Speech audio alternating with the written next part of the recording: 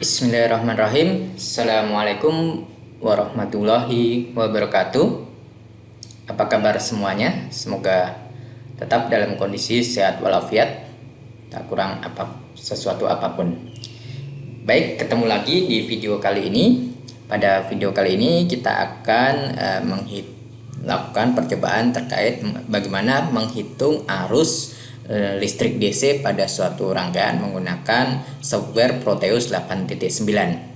Seperti biasanya, kita buka Proteusnya. Di sini sudah saya buka. Kemudian kita ambil new project. Kita tunggu sebentar. Kita ganti namanya dengan menghitung arus, menghitung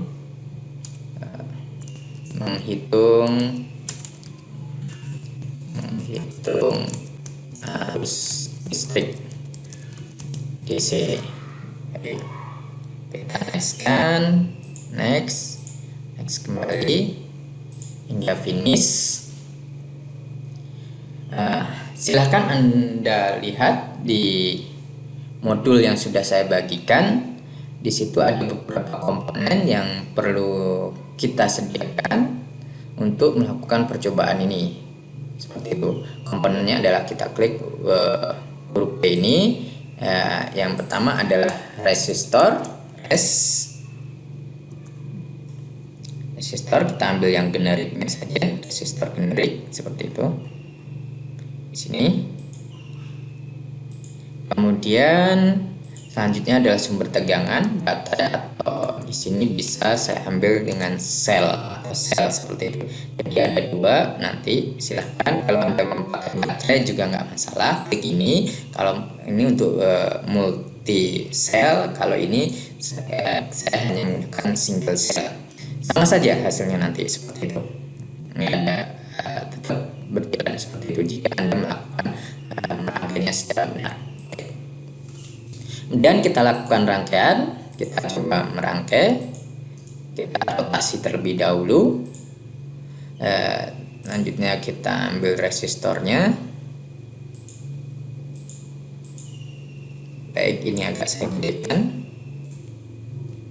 Itu. Kemudian Anda ambil alat ukurnya, yaitu di sini di bagian ini dengan mengukur arus listrik DC atau DC ampere seperti itu.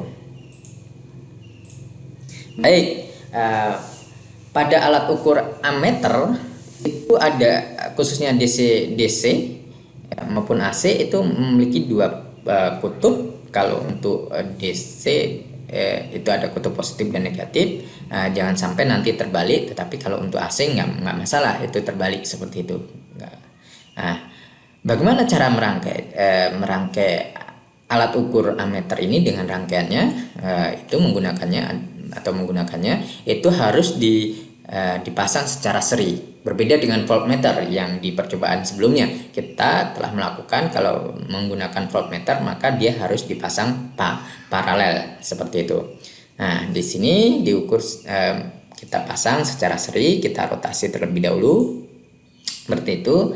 Jadi mengapa harus dipasang seri? Itu ada kaitannya dengan hambatan dalam dari ammeter sendiri, atau alat dari ammeter ini sendiri yang dirancang sedemikian rupa sehingga hambatannya hambatan dalam dari ammeter ini dipasang kecil supaya nilai setelah nilai arus yang terbaca sebelum nilai arus sebelum dipasang ammeter dan nilai arus sesudah dipasang ammeter itu mendekati sama. Makanya nilai hambatan ammeter ini harus dibuat sedemikian kecil sekali dibanding hambatan yang akan diukur. Biasanya syaratnya adalah 1/100 seperti itu. Itu paling minimalnya seperti itu. Baik, kita dari 1 ohm ya, seperti itu, 1/100 dari 1 ohm. Maaf, dari sini dulu. Dari sini kutub ini kita hubungkan ke salah satu kaki dari ammeter, dan salah satu kaki dari ammeternya kita lanjutkan untuk kita hubungkan seperti itu. Baik, berarti rangkaiannya sudah seri seperti ini. Ini adalah rangkaian seri. Sudah, ini hanya untuk satu resistor. Maka secara teoretik kita hanya bisa menghitung di sini 1,5 volt dibagi dengan R-nya 10 kilo, berarti nanti akan mendapatkan 0,15 miliampere seperti itu. Kita coba seperti itu. Nah, di sini ammeternya tidak terbaca, hanya 0,00 ampere. Apa artinya? Dan di sini artinya adalah apa? Range dari alat ini perlu kita perkecil. Karena apa? Tadi kita hitung secara teoretik itu adalah 0,15 miliampere. Sementara di sini range-nya adalah ampere. Kita stop terlebih dahulu. Kita stop. Kemudian kita edit properties. Display range-nya kita ganti di sini. Display range-nya kita ganti ke miliampere. Kita oke kan. Lanjut kita runs kembali. Nah, betul, ternyata di situ 0,15 miliampere. Seperti ini. Jadi 0,15 miliampere. Lalu bagaimana pertanyaan? Lalu bagaimana kalau hambatannya kita tambah seperti itu, rangkaian serinya kita tambah hambatan. Maka kita stop terlebih dahulu. Kemudian kita hilangkan ini kabelnya, kita tambahkan satu alat ukur ammeternya. Kita coba nanti untuk mengetahui bagaimana arus pada suatu rangkaian seri itu. Kalau secara teori arus pada suatu rangkaian seri adalah sama di setiap titiknya. Apakah kita ingin buktikan seperti itu? Jadi dari praktikum ini sekaligus kita ingin buktikan secara teoritiknya seperti itu.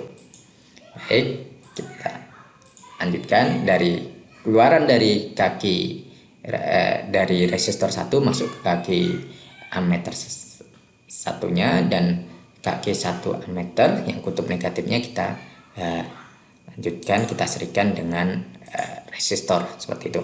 Ingat, ini edit properties terlebih dahulu supaya nanti terbaca. Edit properties range-nya kita ganti ke miliampere seperti itu. Kita run kembali.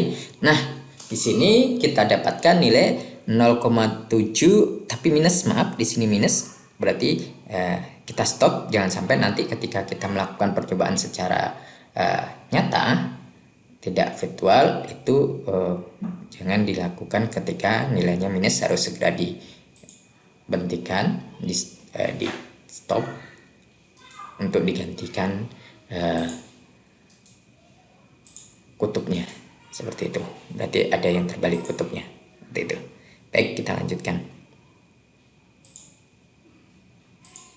Ini dari sini.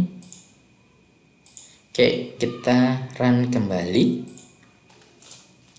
Ya, di sini udah terbaca 0,07 miliampere dan di sini juga 0,07 miliampere. Karena apa? R-nya ada seri, dan 10 dengan 10 berarti R serinya adalah 20, berarti 1,5 dibagi 20, betul ya secara teoretiknya seperti itu. Jadi pada rangkaian menggunakan Super Proteus ini nilai resistornya 10K ya terbaca akan 10K seperti di percobaan pertama kali seperti itu. Karena kita tidak menggunakan nilai toleransinya seperti itu. Baik, kita ini untuk rangkaian seri, nanti silahkan ditambah mau R-nya berapa seperti itu. Ikutin saja di petunjuk modulnya seperti itu, atau nilai R-nya kita ubah-ubah seperti itu untuk menambah wawasan kita. Dan nanti silahkan Anda hitung secara teoritiknya berapa seperti itu. Oke, saya stop. Bagaimana kalau saya ganti rangkaiannya adalah paralel seperti itu. Rangkaiannya paralel. Ini saja yang saya gantikan.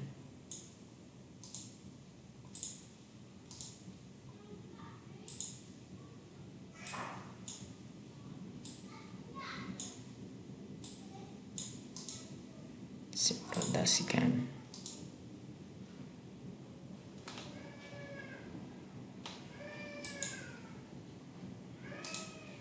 Salah, saya rotasikan 90 saja.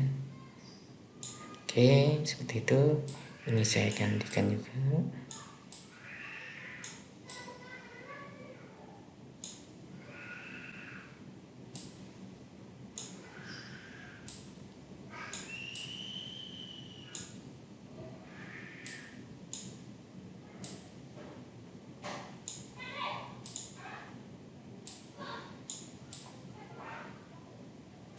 Oke, terus saya lanjutkan, ini terhubung ke sini dan ini terhubung ke kaki salah satu ampermeter ini juga, dan saya tambah 1 alat ukur ammeter, saya tambah ammeternya untuk mengetahui bagaimana hubungan antara arus total atau arus yang keluar dari sumber tegangan.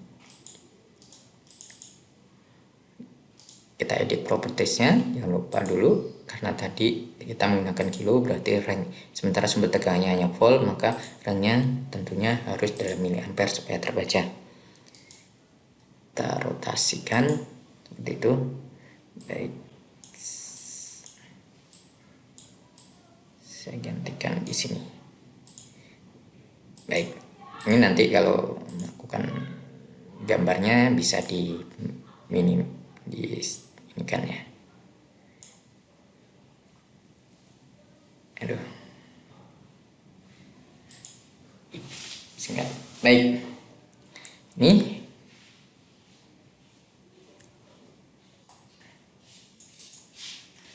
coba kita kebaran nilainya berapa. Di sini 0,30 ini adalah I yang keluar dari sumber tegangan atau I total, kemudian I yang masuk ke R1 adalah 0,15 dan masuk ke R2 juga 0,15. Artinya apa? Ini pada rangkaian paralel itu arusnya terbagi. Jadi rangkaian paralel itu bisa saja dikatakan sebagai rangkaian pembagi arus. Lah, di sini kok nilainya sama? Ya, sama karena apa? Nilai resistornya sama. Bagaimana kalau nilai resistornya kita ubah?